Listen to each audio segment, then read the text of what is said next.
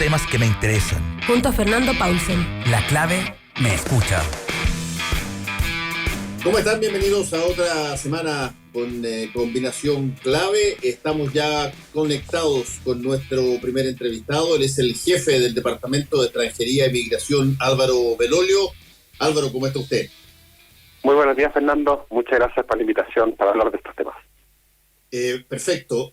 Yo he hecho esta pregunta hace ya varios años y cada vez que hablo de inmigración con una autoridad le pregunto de la misma manera, así que Álvaro, le voy a hacer la misma pregunta que he hecho ya varias veces. Si es que todos los migrantes que están hoy día en Chile decidieran hoy día no ir a trabajar, ¿cuánto se afecta el país?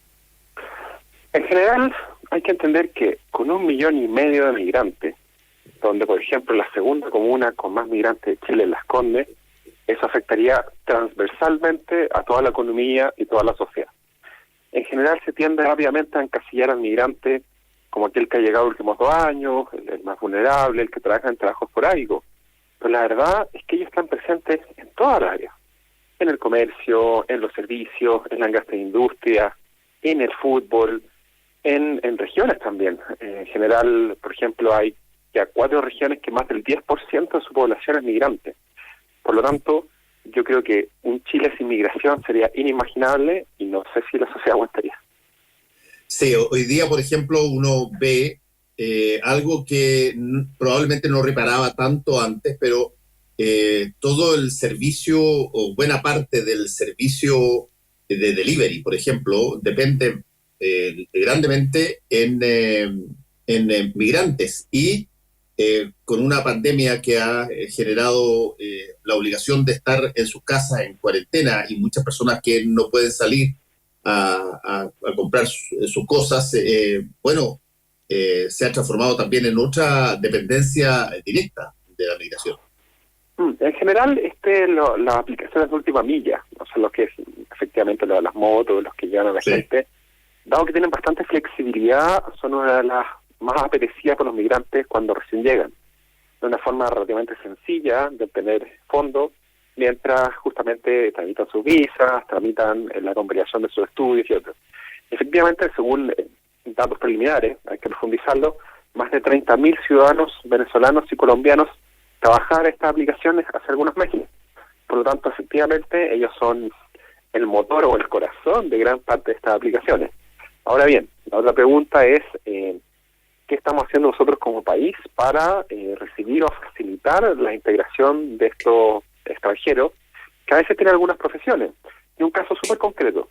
El Ministerio de Salud sacó un decreto a principios de marzo, donde permitía que los extranjeros que eran médicos pudieran ingresar al sistema de salud sin el EUNACOM, una pelea que lleva por años con el Colegio Médico y el resto. Entre el 15 de marzo y el 22 de abril, cerca de 500 profesionales de la salud extranjeros ingresaron al sector público. Entonces también tenemos que ver que acá hay un potencial muy importante y necesitamos pensar cómo sincerar las razones por las cuales vienen al país y cómo también facilitar su integración, y entre ellas la integración laboral. Sí, yo me acuerdo de esa disposición de eliminar el EUNACOM, que es esta prueba, este test que se hace a todos los que quieren trabajar, o particularmente profesionales de la medicina, médicos, en el ámbito de la salud, y la salud pública, particularmente la salud primaria, alrededor del país, probablemente esa sí que se resentiría fuerte si es que uno tuviera que decir, a ver, que dejen de trabajar los migrantes, ahí tendríamos un problema bastante serio. Bueno, efectivamente, hemos visto que hay muchos profesionales de distintos países que están convalidando, y hoy en día se está dando esta discusión en el Senado, y creo que es súper legítima. Y hay 3 posturas bien definidas en todo caso. La primera postura es que no haya ningún tipo de validación, tiene pros y contras. La segunda es que entren a trabajar en el sector público y en cierto periodo, mientras están trabajando, tengan que validar sus títulos, por así decirlo, o sea, demostrar en cierto periodo que tengan que hacerlo. Y la otra es continuar hoy en día que antes que entren a trabajar, convalidar sus títulos. Todas las opciones tienen sus pros y sus contras. Hoy en día, de hecho, de forma interesante, salió como un preuniversitario en UNACOM, donde médicos nacionales capacitan a médicos extranjeros para ingresar y los costos son bastante altos. Entonces, ahí justamente yo creo que es súper válido preguntar cómo queremos facilitar la integración de los médicos extranjeros en Chile, porque yo creo que muy pocos te van a discutir la importancia o lo positivo que es que estos profesionales vengan a desempeñarse acá. Y estamos conversando a propósito con Álvaro Belolio, jefe del Departamento de Extranjería e Migración. Álvaro, y a propósito de lo que de alguna manera se ha estado discutiendo respecto de la informalidad económica que se ha descubierto que tenía el país a raíz de la pandemia, digamos. Una de las dificultades más grandes que tiene la institucionalidad es que la institucionalidad, cuando, por ejemplo, provee ayuda a la ciudadanía, diferentemente si es que se trata de chilenos o inmigrantes, tiene que hacerlo a través de canales formales. Y bueno, cuando la buena parte de la población que está trabajando, un porcentaje respetable, alto, no tiene formalidad con la economía, para este tipo de momentos se hace bien difícil llegar a esas personas. ¿Qué tanto se conoce quiénes son las personas en el caso de los migrantes? ¿Quiénes son? ¿Dónde están? ¿Cómo se puede llegar? Si es que acaso van a recibir ayuda también. Y qué tan conocido es el paradero de cada cual que eventualmente puede recibir esta solución. Ese es un punto súper importante. O sea, el punto de la información y la visibilización de las comunidades migrantes en Chile en términos de política pública es fundamental. Cuando nosotros efectivamente llegamos en 2018 había pocos datos o poco incentivo a publicar. Bueno, que el último dato oficial era el 2014, que había cerca de 400.000 migrantes. Y según nuestras estimaciones, eso ya se había más que duplicado. Y ahora sacamos todo el año la estimación de población migrante, y la última es un poquito menos de 1,5 millones. Sobre el caso de los que están de forma irregular, hay dos cosas. Uno, nosotros entre abril y julio del 2018 regularizamos, o permitimos que se inscribieran, y regularizamos y se otorgaron más de 230.000 visas a personas que estaban de forma irregular o que no tenían su permiso de trabajo. Adicionalmente, entre el 2018 y el 2019, nosotros todos los años otorgamos cerca de 400.000 visas. Por lo tanto, la posibilidad de regularizarse a aquellos que son los casos más comunes, que son los turistas que tienen su permiso de turista vencido, es relativamente sencillo. Y hace unas 2 o 3 semanas anunciamos algo que siempre hemos querido, que es el cálculo de multa automatizado. Por lo tanto, hoy en día un migrante que está irregular, solo en teléfono o cualquier computador, pide su cálculo de multa, en segundos le calcula y le permite pagar online. Por lo tanto, regularizar hoy es más fácil que nunca. Donde siguen existiendo algunos pequeños casos son los ingresos clandestinos. Estas personas que, incentivados por organizaciones o por malos consejos, entraron evadiendo el control fronterizo, evadiendo justamente a la autoridad, y estas personas tienen dificultades de insertarse. Para ellos hay un tema bien importante, es que tienen acceso a salud sin condiciones, y los datos que tenga el servicio de salud no son entregados a Interior. Por lo tanto, no tiene que ver con sus potenciales sanciones, por así decirlo. Para el resto, para los informales, para los que están irregulares y pueden solicitar su visa o pagar su multa, efectivamente lo que hace el Ministerio de Desarrollo Social, lo que hace el Ministerio del Trabajo y todos los incentivos, es la lógica de la igualdad ante la ley. Nosotros tratamos a estos extranjeros al igual que a los nacionales, y en esta lógica, dado que el COVID no pide pasaporte, estamos todos en las mismas. Ahora, Álvaro, ¿cuál es la cantidad que ustedes calculan de personas que están ilegalmente ingresados a Chile? Los ingresos clandestinos denunciados en los últimos 2 años son cerca de 14.000, que es menos del 1% de todos los ingresos de los últimos 3 años. Ahora bien, de esos 14.000, algunos legítimamente han pedido regularizar su situación, y también hay algunos, especialmente los que llegaron hasta mayo, que se inscribieron en la regulación extraordinaria. Llamamos a todos aquellos que están efectivamente con ingreso clandestino, que según el marco de la ley, hagan una solicitud de regularizar su situación, y también, yo en general me toca firmar al menos 2 o 3 salidas de personas que ingresaron de forma clandestina, que legítimamente no pueden desarrollar su proyecto de vida. Por lo tanto, hay al menos más de 1.000 o 2.000 personas de este grupo que ya salieron. Por ejemplo, en el vuelo que salió a Venezuela, ¿se acuerdan de esas personas que estaban esperando afuera del consulado y que estaban en el aeropuerto? Sí. Salieron la semana pasada, De eso yo te diría que cerca del 80% eran personas que tenían ingreso como turista y se habían vencido, o sea, habían llegado al 2018 o al principio del 2019 como turista. Pero había unos 4 o 5 ingresos clandestinos, los cuales justamente autorizamos y facilitamos su salida.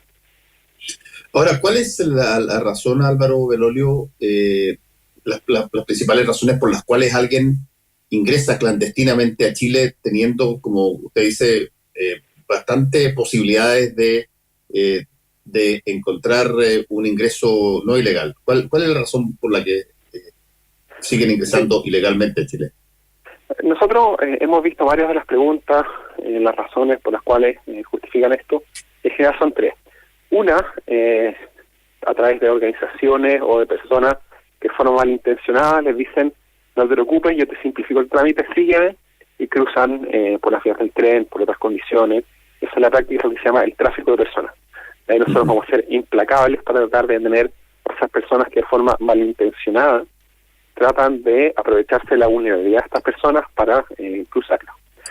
Segundo, tiene que ver con los incentivos. También hay organizaciones en Chile que dicen, entra nomás, da lo mismo si no tienes visa, da lo mismo si no tienes documento, da lo mismo si no tienes carnet de identidad, da lo mismo si tienes antecedentes penales.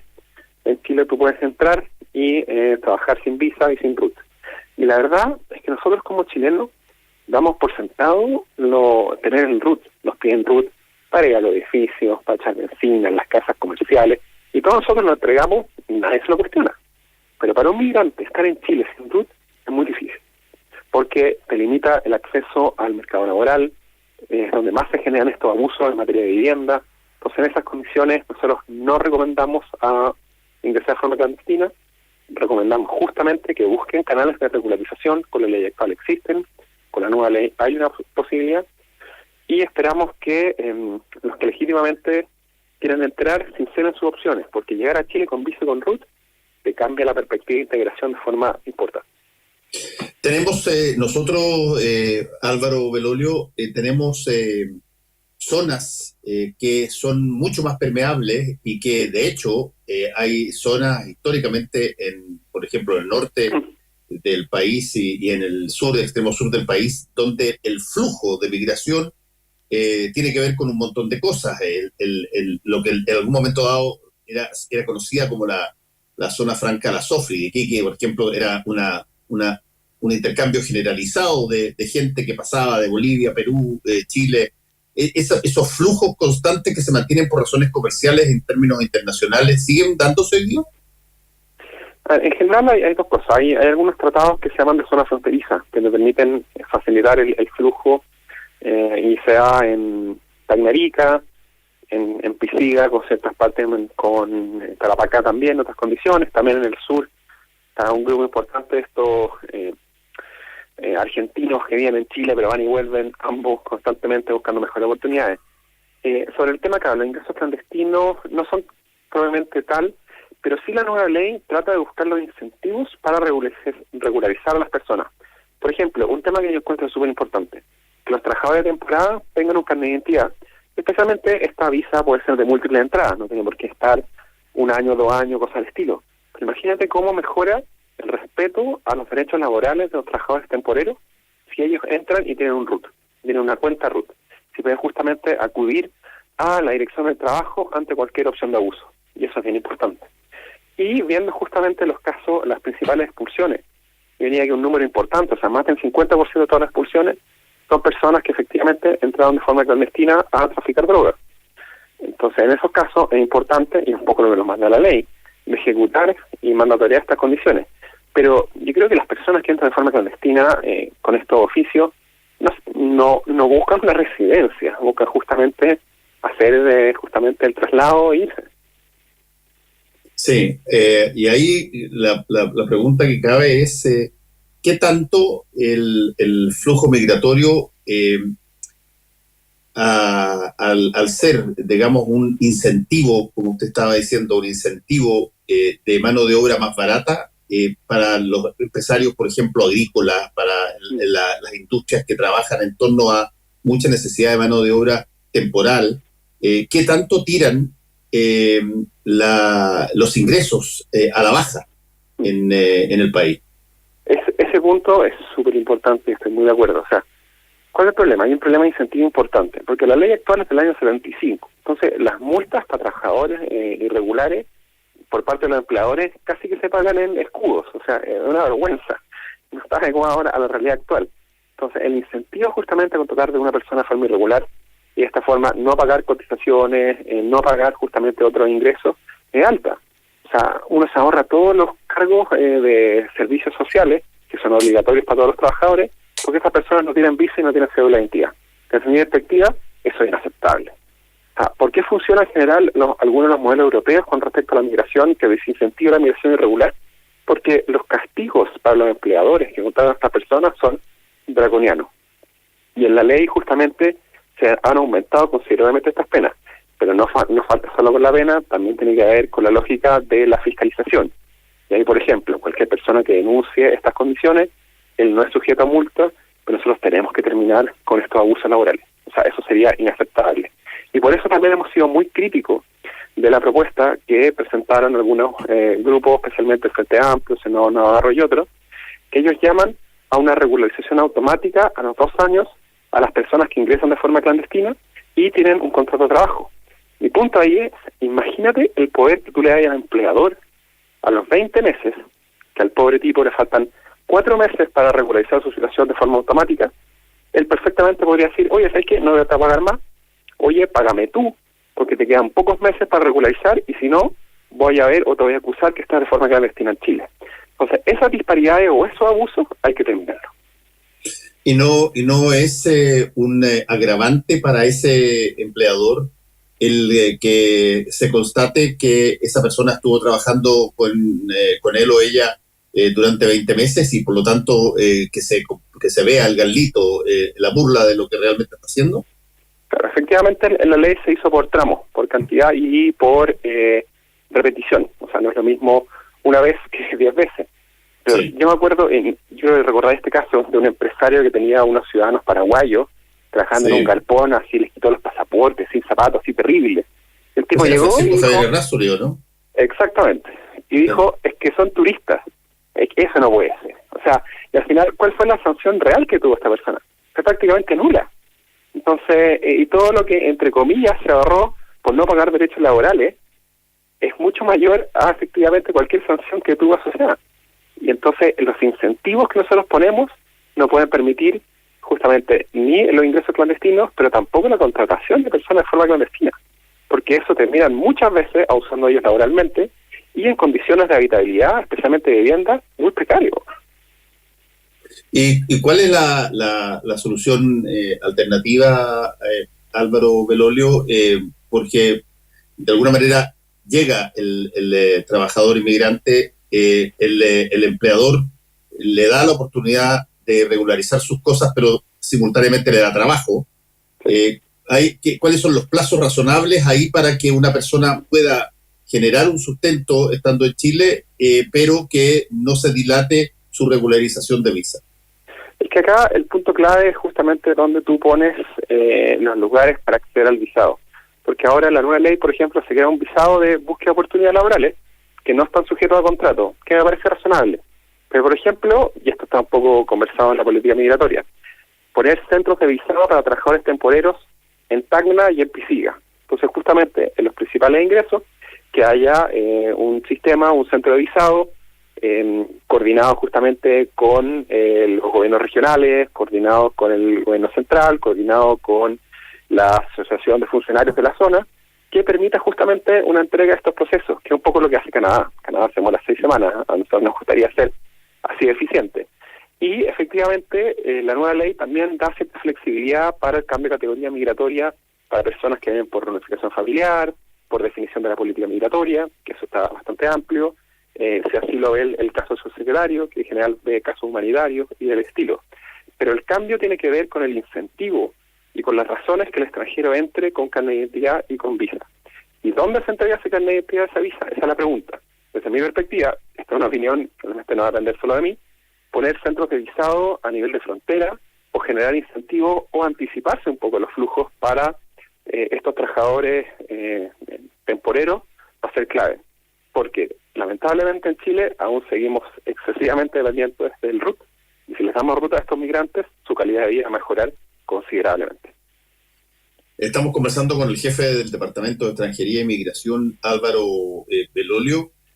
Sí, hay un punto también que es interesante de saber si es que se conoce la composición estructural de la cantidad de migrantes que hay acá, por país, por profesión, si es que son familias o individuales, ¿cómo existen ya, hay un levantamiento de datos como para saber exactamente las condiciones particulares que tiene cada cual? En general hay, no tan detallado, nos encantaría tenerlo así detallado, pero hay algo. O sea, ya llevamos 2 años trabajando con el INE en la estimación de población extranjera, que eso tiene por nacionalidad, por sexo y por traumotario. Y adicionalmente vamos a sacar las próximas semanas también el nivel a detalle de región y de comuna. En general estos datos son los datos autorreportados, es decir, cuando el migrante postula la visa, ahí pone profesión, pone comuna y pone otras cosas, tiene pequeños sesgos, por ejemplo, se representa la comuna de Santiago porque, al igual que mucha gente, se confunde la comuna con la ciudad, pero sí nos entrega cierta información específica. La que mejor entrega detalles sobre estos temas es la encuesta CACEN. La última encuesta CACEN es del año 2017, y había la mitad de migrantes de lo que hay hoy en día. Pero lo que sí hemos podido observar de manera exploratoria, por ejemplo, la migración haitiana fue mucho más masculina que femenina, 3-1, ¿no? Sí. La migración venezolana, como el impacto no es solo económico, sino también político-social, es mucho más de núcleo familiar. Efectivamente, se ha traído más a la familia. Y la migración peruana originalmente fue más femenina, especialmente el área de servicios, y ahora se enfocó en la reunificación familiar y se ha también estandarizado en cantidad de hombres y mujeres. Esas son algunas cosas que hemos estado tratando de generar. Los datos están disponibles en la página web. Hay una pestaña que dice estadísticas migratorias y tratamos de entregar toda esta información.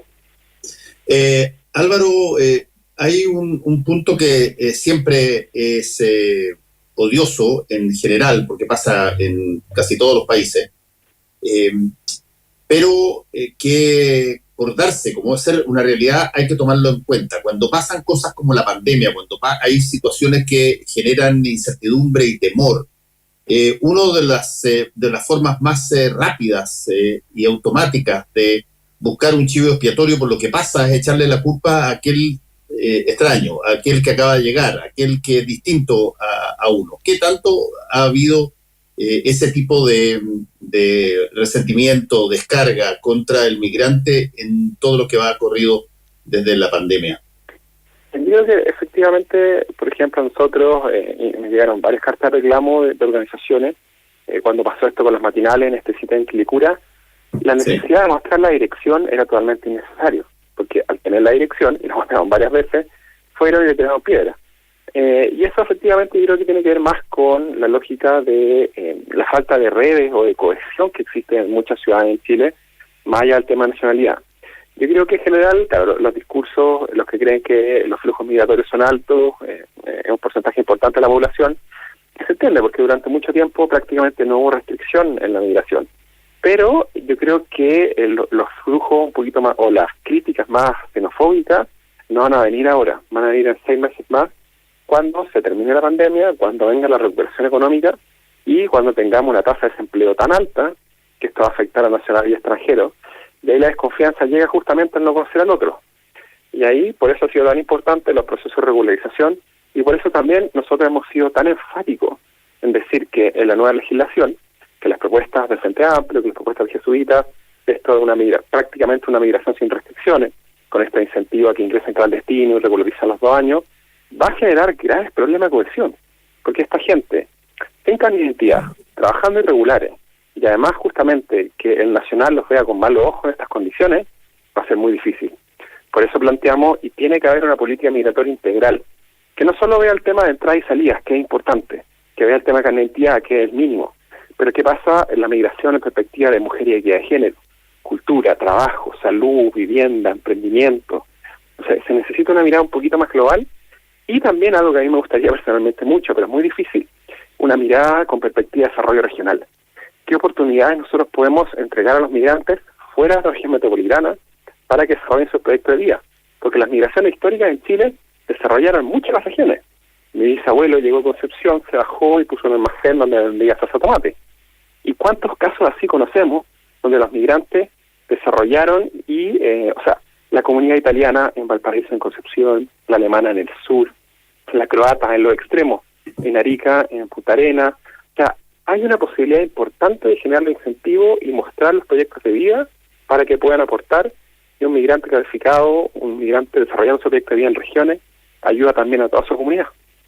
Sí, ahora ahí hay un punto bien interesante, Álvaro, que es como un montón de otras cosas también, ¿eh? Sí, y que tiene que ver con, uno mira el pasado respecto de un tema con casi como una suerte de situación ideal, como una situación benigna, y el presente es el que a uno lo amenaza, y por lo tanto uno mira a los croatas en Punta Arenas, mira a los alemanes en el sur, mira al Winnipeg y los españoles que llegaron con una mirada mucho más distinta que la mirada de los inmigrantes que probablemente por razones exactamente iguales de tremendas o incluso peores, llegan hoy día, pero por cantidades bastante grandes. Y probablemente si uno les preguntara a esas personas atrás, tuvieron que despellejarse también bastante para tratar de establecerse, ser reconocidos y sobre todo aceptados en un momento dado. Nosotros hace un par de años, cuando trabajaba en una fundación, sacamos un estudio y vimos que en general las críticas a la comunidad árabe en Santiago eran muy similar a las críticas que le hicieron a varias de las comunidades que están hoy en día con presencia en Chile. Yo estoy de acuerdo efectivamente que el cambio demográfico fue importante. O sea, pasamos del 2,7%, hoy en día estamos casi el 8% de la población migrante en 5 años. Es cierto, o sea, yo creo que el Estado no estaba preparado para este flujo, la irregularidad que se generó fue compleja para nacionales y extranjeros, pero también hay que entender que la migración es una oportunidad. Por ejemplo, yo soy muy pesimista de lo que ha hecho Estados Unidos con respecto a migración, un país que se formó en la lógica migratoria, pero tiene que ser una migración justamente regular, y ahí la dice el carnet de investigación clave, una migración responsable. Entonces tiene que ver cuáles son los incentivos y cuáles son las capacidades justamente de las regiones o las comunas para colaborar con estas personas. Y finalmente tiene que ser una conversación integral. O sea, esto no puede ser solo gobierno central, no puede ser solo organizaciones de sociedad civil, que tienen que incorporar a los gobiernos locales, que ellos finalmente son la primera cara del Estado ante la ciudadanía, y que muchas veces y durante mucho tiempo ellos prácticamente solos se hicieron cargo de estos temas. Álvaro, para terminar, dio vueltas cuando se nombró a la nueva ministra de la Mujer por todas las redes sociales una opinión que ella hizo en Twitter sobre justamente la migración, diciendo que hasta cuándo se reciben inmigrantes, que son los chilenos primero y que se cierre la frontera y no entre nadie más. Usted va a trabajar con ellos. ¿Ha conversado sobre ese tema con la ministra Santelice? No, hemos trabajado, a la ministra la conozco personalmente, sí hemos trabajado con la subsecretaria Cuevas y con la exministra, y ellos fueron una parte importante en temas de propuestas de política migratoria, especialmente el tema de mujer. Lamentablemente hemos visto que los casos de violencia intrafamiliar en comunidades migrantes son más altos que los nacionales, entonces ahí hay que hacer una intervención, pero hay que entender que la migración no es buena o mala en sí misma, sino que efectivamente puede ser una oportunidad, puede ser un desafío, y lo importante justamente es cómo generar los incentivos correctos y cómo ser responsable con la migración. Por lo tanto, la migración es un fenómeno natural. La migración ocurre en todas partes y ha ocurrido durante toda nuestra historia. Pero cómo la manejamos o cómo generamos los incentivos es lo que efectivamente va a definir o no el futuro de estas personas y de Chile. Álvaro Belolio, jefe del Departamento de Extranjería e Inmigración, muchas gracias por este contacto con Combinación Clave, que le vaya muy bien. No, muchas gracias por el tiempo, que tenga un buen día. Hasta luego.